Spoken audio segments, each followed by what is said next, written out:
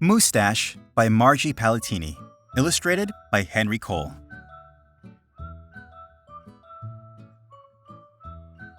Moose had a problem, a horrible, hairy, prickly problem. It grew right below his nostrils and just above his upper lip. A moosetache. Now, not a few spare hairs or shy little stubble. No mere weak wandering whiskers on the upper lip of this moose. No, sirree. Moose had a big, bushy, bristly, mighty moosetache. But a moosetache that was a burly, surly, mangy mess. And it itched a lot. Sure, he plucked and he tweezed and he even clipped, snipped, and teased. But his combs were still cowards, and his brushes rebelled. His scissors simply surrendered. Moose was in a frizzy tizzy. The moosetache was completely crimping his style. He was a great hoofer, but he could barely bop and hip-hop with a moosetache going flip-flop. He was a wonderful chef, but he simply could not flambe his soufflé with all those whiskers in his way. And he was a daring skier, but how could he downhill race with the mighty moosetache blowing in his face? Moose had to do something, and soon. But what? After days and days of much serious thought, Moose got an idea. He crossed some hair here, he crossed some hair there, and he tied his moosetache around his neck. A moose scarf seemed to be the ideal answer to his problem. It was so simple, so easy, so perfectly perfect.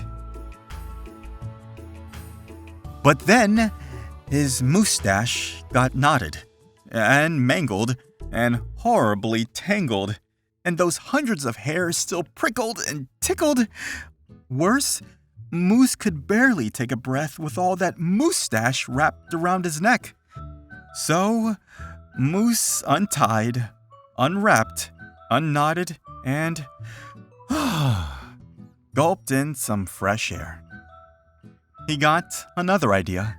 He parted some hair this way, he parted some hair that way, and he heaped all that moosetache on top of his head. Moustachioed antlers seemed to be the ideal answer to his problem. It was so simple, so easy, so perfectly perfect.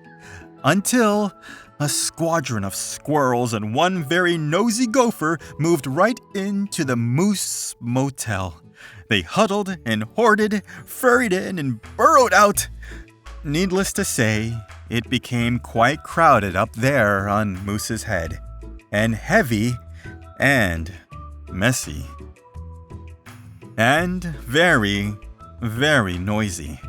The squirrely chitting and chatting, squeals and squawks woke Moose every morning before the crack of dawn, and that gopher was giving the moose one hairy headache.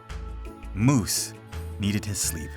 He needed his rest. He needed his privacy. Moustachioed antlers? Nuts, said Moose. So he unparted and unpiled and untwisted and untwined and said adios to the hairy horns. But now what? What? The miserable moose took hold of a hunk of hair and he wrestled it, then roped it. He tethered, tied, tamed. Aha! A moose tail! Now, that was simple. That was so easy. That was not so perfectly perfect. Talk about a dizzy-do! Moose didn't know if he was coming or going, backward, forward, this way, that. He didn't know which end was which. Moose had to bail on the tail.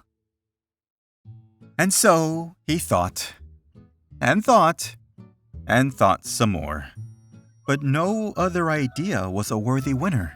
Braids were a bother. A Moosetache sweater? Too sweltering. Net? Not. Poor Moose. His problem was truly terrible, unbearable, just downright sad. He felt so alone, he didn't know what else to do. Then, call it fate, call it destiny. It was probably dumb luck, but one day Moose tripped on his Moosetache and just had no time to duck. Oh, whoa! Oof! Pardon me, they both said as they bumped. Then they blinked. Then they stared, and their hearts went thump-a-thump.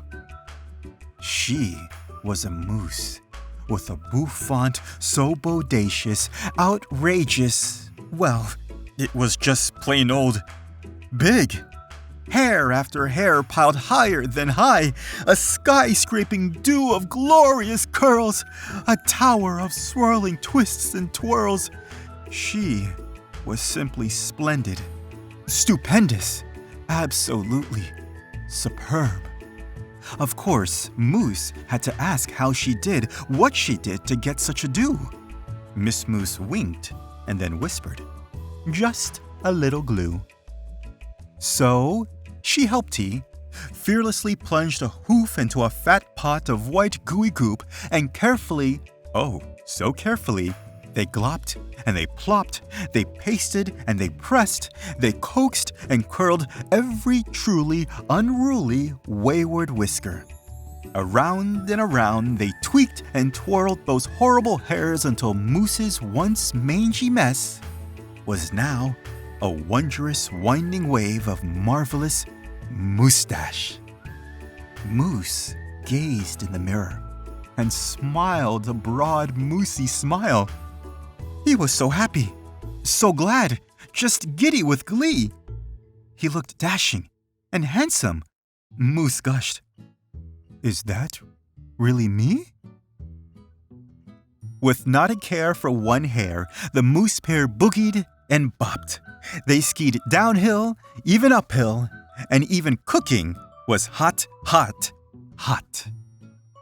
So, of course, it wasn't long after that Moose and his Moosetache and his beautiful bride fox-trotted and tangoed and waltzed down the aisle. Good hair days, bad hair days, they vowed to love and to cherish.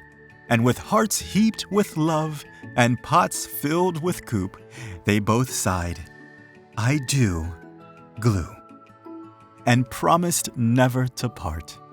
It was so simple, so easy, so perfectly perfect. And it stuck.